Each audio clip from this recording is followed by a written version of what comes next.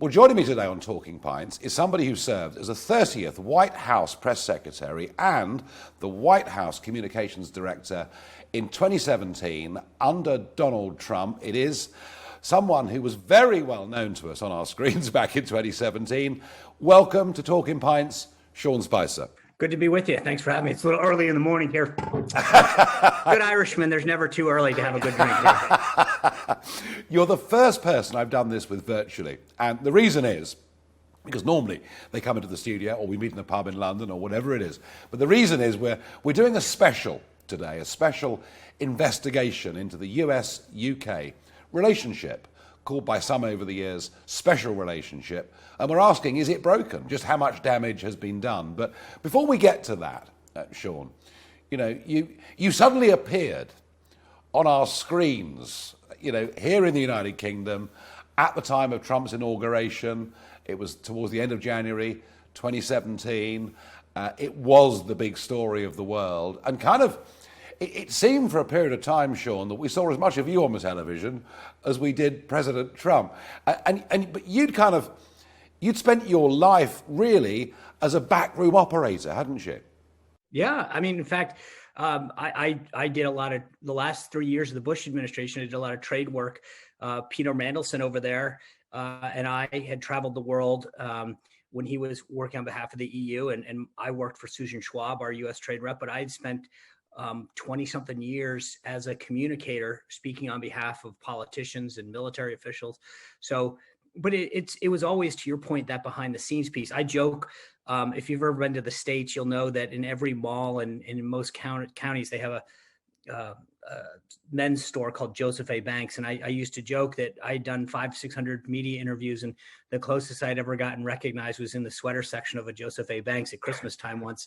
And suddenly, to your point, it went from like 0 to 60 in literally 24 hours. I remember the day that it was December 22nd at noontime. I was in Trump Tower. The release went out that I would be named the president's press secretary, and the screens in the office all were on different channels, all lit up. And by that afternoon, I'd gone out to dinner with my family, and people were just stopping. And it was recognizability that I had never fathomed. Yeah, no, it certainly happened. And don't think it just happened in America. It happened everywhere. And you became you became this figure here, and some were a bit merciless and some teased you. And it kind of got off to a tough start, didn't it, really? Yes. And I remember there was a weekend in March. I'd worked on a Saturday in the White House, and on the way home, there's an Apple store in Georgetown, which, I figured my wife's birthday's at the end of March. I was going to buy her a watch because she had done so much for the family and my kids. And I went in, and one woman just grabs her iPhone and she starts coming up to me and like doing this. And I'm just like, oh God. And I'm just literally checking out. I have like seconds to go. And she posted it to Twitter, and she had like 16, 17 followers. And I thought, okay, whatever. By Monday morning, I walked into the office, and the President Trump looks at me and he goes, Sean, what were you doing in the Apple store? I mean, it had gone viral. And she had just taken off about how she thought that the president was a traitor and I was complicit because I was working for him. But it was, some of it was warranted. I've made mistakes. I own up to them. Some of it, I think, was a bit personal and vitriol. That was necessarily warranted because I chose to work for somebody that people didn't like. Had you served as press secretary for any other president, I don't think you'd have had that treatment that store in Georgetown. And the sheer level of vitriol that was put against Trump, even really from the day that he announced his candidacy, he suddenly went from being this all-American hero, the big guy from New York, the big TV show, The Apprentice. He was a very popular figure, and suddenly became a very unpopular figure because he was pushing what was seen to be very conservative views. Sean, when you look back on that period, how was your relationship with Trump? Because they were very stressful times, weren't they? And he's how can I put it? I know him reasonably well too. He's not exactly frightened of saying what he thinks, is he? No.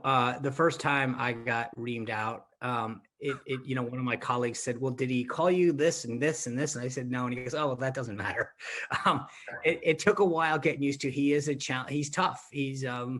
he's demanding, and I think for a good reason. He understood that he had limited time in office, and he promised the American people he's going to get certain things done. I will tell you, to your question, there were some good days and there were some not so good days. When you disappoint somebody, I grew up, I have Catholic guilt. When I feel like I've fallen short or I've disappointed somebody, it hurts. And when you're working for the president of the United States and by extension the American people, and you feel like you screwed up, you can't help. I hope you should take it very personally. But since I've left the White House, I tell people I haven't had a bad conversation with him then. He's been extremely supportive of my career. He's been a great sounding board and a friend. But as a boss, he's tough. And but like I said, sometimes I will say that sometimes I don't think it was entirely warranted, but in a lot of cases, like I said, he sort of came in and made it very clear, I've got things to do. And if you don't do your best every day, then we're not going to get the things that I want done. Yeah, well, I'm very pleased to hear that you've still got a good relationship with him. That is excellent. Now, he's been succeeded, of course, now. An election that has sparked a lot of controversy and a Republican movement, parts of which 9 months later are still going on about the integrity of the election. This is not the way forward for the Republicans, is it? Well, I think I divide this into different categories. I think that there are, if you look at states like Pennsylvania, Wisconsin, Nevada come to mind, where they changed the rules going up to the election in ways that did not seem to follow the law. In other words, a county official said that we're going to allow ballots to come in this manner up until this time. That's not permitted by law. And I think that needs to ensure that it doesn't happen again. You can't do anything, whether it's play a recreational game, a board game, or run for office and have somebody in the middle of the game say, here's how we're going to change the rules. That's just it's not fair. It's not democratic. And I think that Republicans have a right to stand for those things. Some of the other things that people are chasing, I think that, so far, a lot of the proof hasn't borne out, but there is a right to stand up for counties and states to ensure that they follow the rules going forward. I know, John, I get that. I've been one of the biggest critics in this country over 20 years of us opening up to postal voting, early mail-out ballots, right, as you call them there. So I get it. I just feel that, yes, trying to make sure state by state that the rules are clear and fair for next time round is a good, positive thing to do.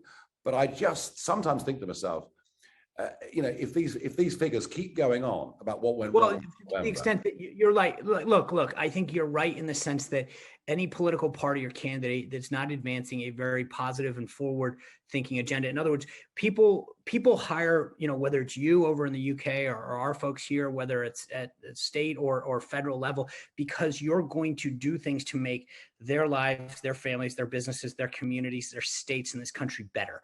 And so if you don't have an agenda to do that and you're just spending the majority of your time griping about the past, you're gonna not be successful as a candidate or a party. That being said, I do think that there's enough concern about ensuring that we don't set ourselves up for failure going forward, but we can walk and chew gum at the same time. We need to have a positive, forward-looking agenda that ensures that we stand for principles that I think attract more and more people. Now, Afghanistan, President Trump, of course, from 2009 was saying in public, why are we still there? So there'd been a very strong movement on both sides of the pond to try to end this. But of course, in the end, it was a question of how you end it and on what terms you end it. And, we are pretty angry over here. Large sections of our media, many senior figures, I just can't believe, I know we're much smaller than you, but we just can't believe that our most trusted ally has treated us with such contempt in terms of a unilateral withdrawal without even consulting. And I absolutely know that Trump would have been on the phone, because one thing he was very good at was talking to people. But Sean, what does this do? What does this do to what we think is the US-UK special relationship? Is it a special relationship? Do we really matter to America anymore? So there's a couple of things to break down in that. Number one, I think that there's a common thread. The feelings that you and so many of your countrymen have are shared by so many of us over here. How this was handled And it is a straw man argument. The idea that there is a genuine agreement, not just bipartisan in this country, but as you put across the pond and in so many other countries, that the time had come to get out. But I think that how it's done is where the argument falls apart. President Biden saying, well, President Trump wanted to get out. So what? So did so many world leaders. So did so many other, think tank professionals and analysts. But that's how you do it matters. I mean, it's literally like you and I saying, hey, let's have a pint, and then saying, yeah, but you didn't say to stop, so I had 50. I mean, that's you're sort of making a false argument, and that's what the president's doing now. Secondly, I do think that the special relationship extends beyond the politicians and the policy, meaning that there's a shared bond between American citizens and British citizens. We always recognize where we came from, the special relationship that we have with the UK. And so that will never be broken. I think administrations will come and go where they will either reaffirm and strengthen that relationship, or in some cases not. But you had highlights, and I look at Reagan and Thatcher as a particular one, and then you have some potential lower lights.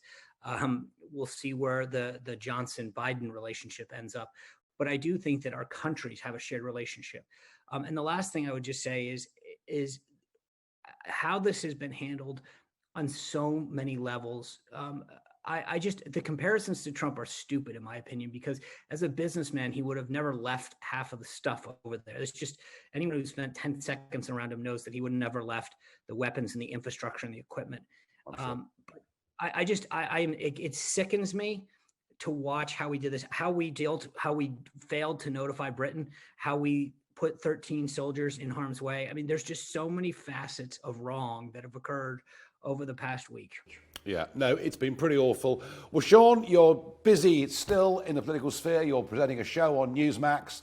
Are we going to see Sean Spicer back in the glare of the spotlight at some point again in the future? Like I used to mention, I have a show on Newsmax every night at 6 p.m. Eastern time. The cool thing is anyone in the UK or around the world can watch it for free. You can just go to newsmaxtv.com. I've got a new book called Radical Nation coming out in October, which highlights the Biden administration. But I think that's where I'm comfortable, Nigel. I mean, I didn't anticipate as we started this conversation ever being the guy in front of the camera. But I've enjoyed, I'm lucky to go to work every day, have people like you and others come on a show and have a conversation every single weeknight.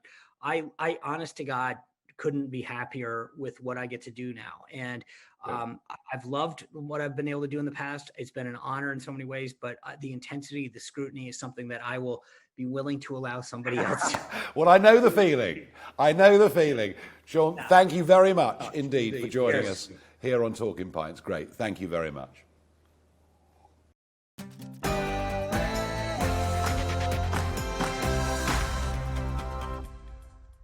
Welcome to the GB News YouTube channel. You can watch us live 24 hours a day, catch up on your favourite shows, and join in the conversation in the comments below. Don't forget to subscribe and you'll never miss any of our exclusive content.